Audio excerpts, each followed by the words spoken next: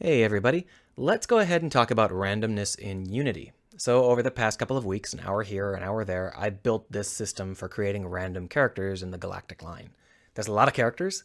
You're going to have a fairly large crew. You're going to meet a lot of people out there in the stars. And I want you to be able to tell all of the characters apart really, really quickly. You don't have to remember who is who all the time, but the ones that you remember, I want you to always be able to pick out and always remember. So what I've done, I've put together this system where gives them random faces, random skin tones, puts the camera at a random angle, and the camera will always shoot their portraits from this angle no matter what they're doing. And it also gives them a random background color. Later on, it'll give them random ages, random eyebrows, random hair, random clothes colors, that sort of stuff. And all of those things can be used to be a very distinct set of characters. And they're very powerful. But random numbers means you get a lot of unfortunate coincidences. So sometimes the unfortunate coincidences are just readability issues. For example, you might have two characters that have very similar camera angles or very similar background colors or just the same face. And it's very hard to tell them apart. That's a failure. The whole point is to be able to tell them apart. So when we come up with someone like this, where they're basically the same character twice, just with a slightly different skin tone, or over here, basically the same character twice with just a slightly different skin tone, that's a failure. We want to avoid those. And the way to avoid those is to change your random number system over into a shuffler, more like a card system. You put all the values that you can have into your card deck, and then you pull them out one at a time, and when you run out, you reshuffle. So let's go ahead and take a look at the code to do that. It's very simple. It is just a static function. It's about this long here. There are lots of ways to do this. This is the way I have chosen to do it.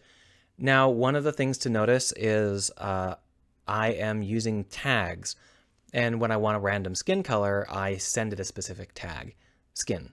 When I want a different face morph, I send it a specific tag, face morph. The idea there is the buckets have to be separate. If you draw a skin tone and then you draw a bunch of values for face morphs, the next skin tone has to be related to the first skin tone and not to those face morphs. Plus, they have different ranges. So what we do here is we give it a tag, and then we specify a minimum and a maximum. Right now, we return this range because I was showing you how that worked. In the end, what we do is we check and we see whether or not our static dictionary, this is a static function, so you can call it without initializing anything. Our static dictionary is initialized up here. We check and see whether or not it contains the tag. If it doesn't, we add the tag. Then we check and see whether or not the bucket has any values in it. If not, we reinitialize the bucket by putting all of the valid values into it. Then we draw a random value, take it out of the bucket, and return the result. Now, I put in some value checks here to make sure that the result is within the range you specified, because I'm not actually remembering what min and max you pass. So if you change your minimum and your maximum later, it would end up it could theoretically be out of range, and it's not going to be a true representation. You can put in some safeties on that by changing the tag to be, tag plus min plus max or something similar. I'm not going to worry about it. My needs are relatively modest. But that's it. You have a dictionary that's full of buckets. You name each bucket. When you want a value from the bucket, you check and you see, are there values in the bucket? If there are values in the bucket, remove one and send it on its way. If the bucket is empty, fill it with all the possible values. And it's a static function, so you can call it from anywhere without initializing anything, without finding anything in the inspector. It just works. So as an example of that, over here in the system where I choose the various deforms, that's just the face shapes, here is what I do. Shuffler.range deform 0 to poses.count. Now, there is an issue here where, according to documentation, this is theoretically inclusive, so I've made it inclusive. But to be honest, I don't know if it is. I'm still not convinced one way or the other. But here you can see that what I've done is I've made sure, as we go through all of these characters, we're going to go through every single morph that's possible to have. Then when we run out, we reset. That means that if we generate a bunch of characters in a row, we're going to end up with a lot of different faces, and that's the whole point.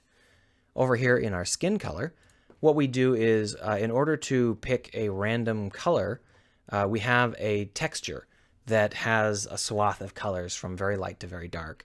And what I do is, instead of randomly picking a pixel, I randomly pick a quarter because it goes from light to dark. So we're going to have one light-skinned person, one medium light, one medium dark, and one dark. I also have a bunch of things to talk about on readability and skin textures there. That's definitely not the same topic, though. We'll talk about that later. Anyway, within that quarter width, I then pick a random value within it. And that's how I get my skin tones.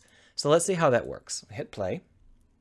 And now you can see that what we've got is faces that are more diverse and skin tones that are reliably diverse. Now, the problem with this approach right at the moment is that the skin tones are very blunt. They're not done very well yet. So it's actually hard to tell in the portraits whether or not someone has different skin tones. But you can see by looking up here, in contrast, we have a variety. Now, I'm not using this for camera angle or for color, and that's on purpose at the moment because I think that those are wide enough possibility spaces that having two characters be similar there is fine as long as they're different in other places. But you can see that we have a much wider variation in our face shapes. We don't have any mirrored characters that are identical in every way, and it just feels like these characters are more unique. Now, obviously, this is all fairly early on.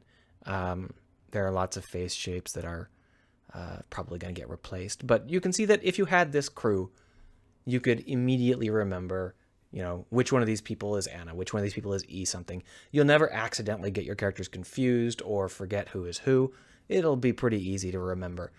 It'll be even better once they have hair and clothes, but that'll have to wait a little while. I just wanted to get this out of the way. It's very easy to make a shuffler.